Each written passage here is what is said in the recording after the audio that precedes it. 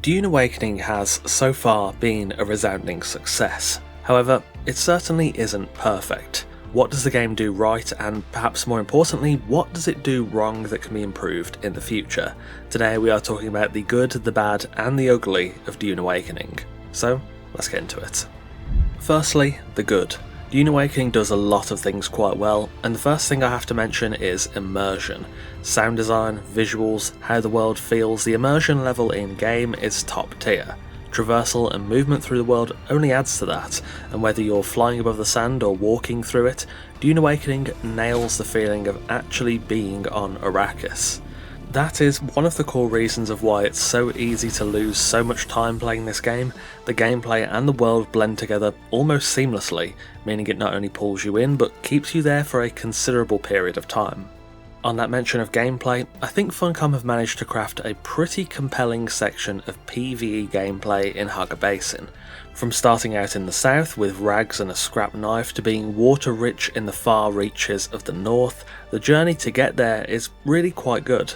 The slow progression upwards is challenging yet rewarding, and from my own personal experience, having to go outside of my comfort zone to get resources actually felt like I'd completed something, thus making subsequent journeys easier until I ran into the same loop of needing to go outside my comfort zone again, and then that loop repeats over and over. It's a really nice way of doing things, not new by any means of course, but it works really well. There's a real tangible sense of progression through Dune's PvE portion, and I think that works really well. Not only is it quality, but the PvE segment of the game is quantity too. Incremental progress is easily made, but it's not a 5 or a 10-hour journey. The path to get to the endgame is a long one, but not stupidly so. The balance of the grind is also pretty good.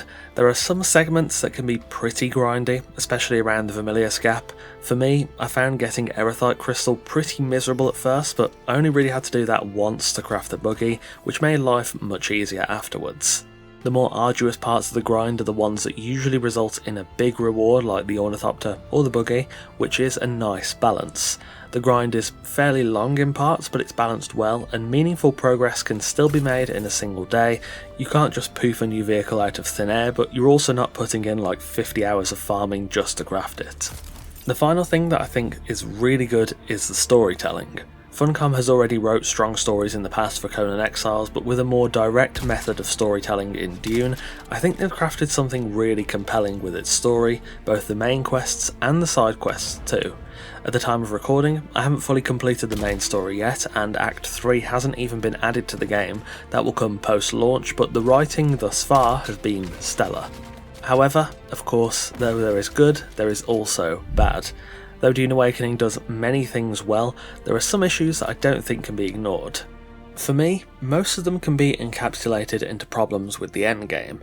Whilst I think the PvE gameplay in Haga Basin is one of Dune's best aspects, the quality of PvE takes a pretty heavy dip into the endgame. Given there cannot be infinite progression, but there isn't really a whole lot to do after you get some Plastanium gear.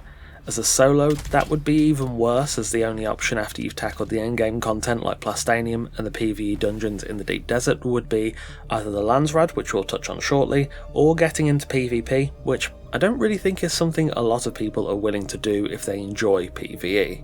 I think that's partially backed up by a semi-recent study by Newzoo. Players outside of China and India on Steam have been leaning towards PvE titles year over year.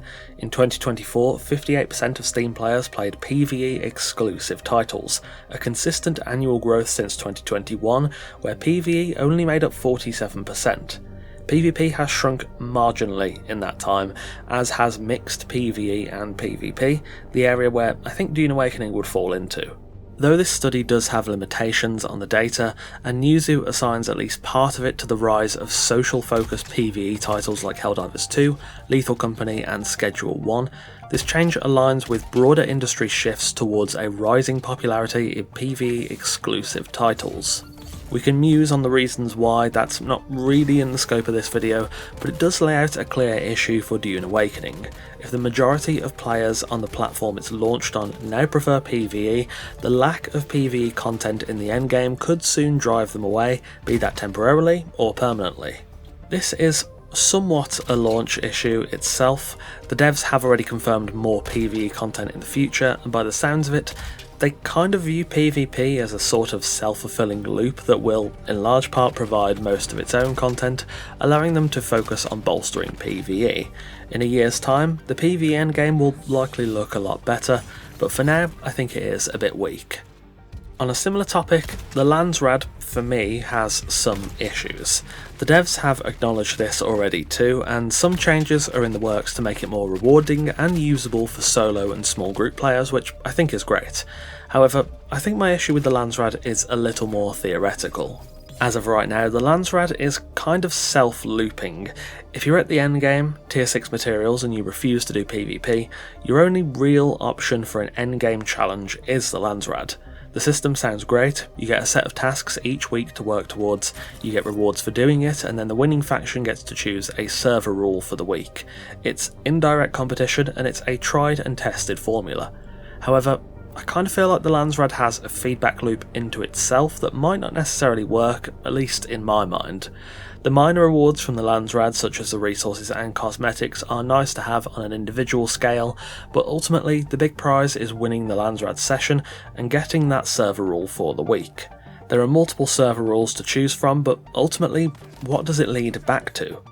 If you get, for example, a crafting cost reduction, which seems to be quite a popular one so far, it's a really valuable rule to have, but if you're already in the endgame, that bonus will just make it easier to grind for the next Landsrad. Other bonuses like damage increases are good, but there isn't a whole ton of endgame PvE content to use those combat bonuses on, thus leading you back to the Landsrad. Basically, the circular nature of the Landsrad is a good loop sometimes, but can also lead to a bit of a dead-end situation where it seems you'll be grinding the Landsrad just so you can continue to grind the Landsrad, and without supplemental endgame content, I'm not sure that loop will keep PvE players satisfied. Again, this is another issue that is a symptom of launch, I think. Joel Bylos, creative director, has said that the game would launch at its weakest point as they'll just continue to add more and more stuff on top of it over the months and years to come. If we end up with raid dungeons in the future, the Landsrad benefits can funnel into bolstering player ability to tackle that content, which is a nice avenue to have, and in general more endgame content will benefit more from the Landsrad bonuses. Right now though, I do fear that the Landsrad has a little too much of a feedback loop that basically ends up feeding itself, and I'm not sure if it's compelling enough for that yet. Lastly, the ugly. These are the additional problems that could hurt Dune Awakening, but some of them are seemingly already being addressed. Let's get into them. Firstly, I can't not mention the issue of cheaters. Now I'm quite fortunate, I've not ran into any myself, but a brief look at the PvP discussion hubs will tell you that people are indeed running into cheaters. Funcom put out a developer update yesterday, as of recording, that addresses this in depth. So far, since launch, they've banned several hundred players who have abused exploits, cheats and hacks. They have a team dedicated to exclusively fighting against cheaters and fixing exploits, to which end they've already closed a number of them that cause people to lose vehicles, bases and more. The blog does say the next few patches will be introducing additional efforts to increase security and to audit the systems to make them more resilient to these exploits. This blog was quite comprehensive on what the issues are and what they're doing. Now, I'm not a PvPer by any means, I don't really have much interest in it really, but I don't think PvP players should have to put up with cheaters. The initial response was good, and if Funcom stay on top of the ban waves and strengthen their systems, hopefully they can keep the bad actors at bay. Unaddressed cheaters would be very ugly indeed. There's also the issue of bugs and unintended after effects. Dune launched, surprisingly, without too many bugs really. There were some crashing issues, but some of them seem to have been already rectified in post-launch patches, but the big one that comes to mind is the recent issue of people losing their bases in the PvE segment of the Deep Desert.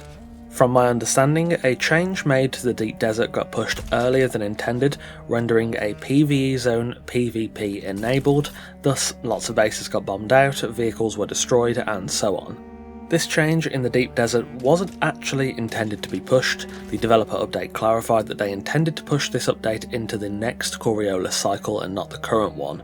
Funcom are currently in the process of reimbursing people who lost items and resources due to that issue, but being realistic, that just shouldn't happen.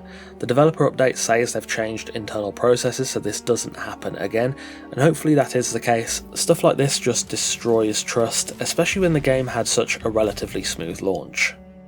The final ugly point is something that might end up being an issue, it might not, and that is slow content rollout. Currently the plan, according to the devs, is for Dune Awakening to receive a DLC update roughly every 3 months.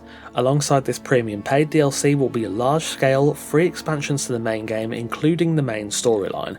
This could also add dungeons, items, new resources and so on from what I gather. That sounds great, but with the PvE endgame being quite weak, as we discussed earlier, those 3-month intervals could end up feeling much longer for players who aren't pulled into the loop of the Landsrad or the Deep Desert PvP. If the devs use these free updates to add more endgame content, which I think they probably will, that could be alleviated easily, I think. Progression in Dune takes a good while, so 3 months doesn't sound that bad, but at the endgame where progression is pretty much finished, I think it could feel like quite a long time. It's not a huge worry. I do think the free expansions will end up bolstering replayability in the endgame and strengthening the weak systems, but if it doesn't, then I could see the content pace becoming something of a problem. 4 major updates per year isn't too bad as far as things go in my opinion, especially if they invest heavily in PvE, but it is a minor concern that I have. Generally speaking though, everything considered, Dune Awakening is still pretty good, despite some of its issues. Funcom have come out of the launch looking strong despite some stumbles, with some fast patches and promises of larger scale action on some of the major issues. I do hope they stick by that and do right by the community, and though there are concerns and issues, I am excited for the future of Dune. Anyway, that will wrap us up for today. The game has been out for a while now, and I wanted to talk about the things I've enjoyed, the things I've got concerns about, and current or potential future issues. If I've missed any out or you want to have your say on Dune Awakening, feel free to let me know in the comments and I'll be replying to as many as I can. Thanks for watching, and a massive thanks to our wonderful esteemed coffee cultists for continuing to support the channel over on Patreon. If you'd like to join them, check out the Patreon linked in the description below. You can get wallpapers, early access to videos, video credits and more, so check it out if you'd like to support the channel directly. Take care, and I'll see you soon.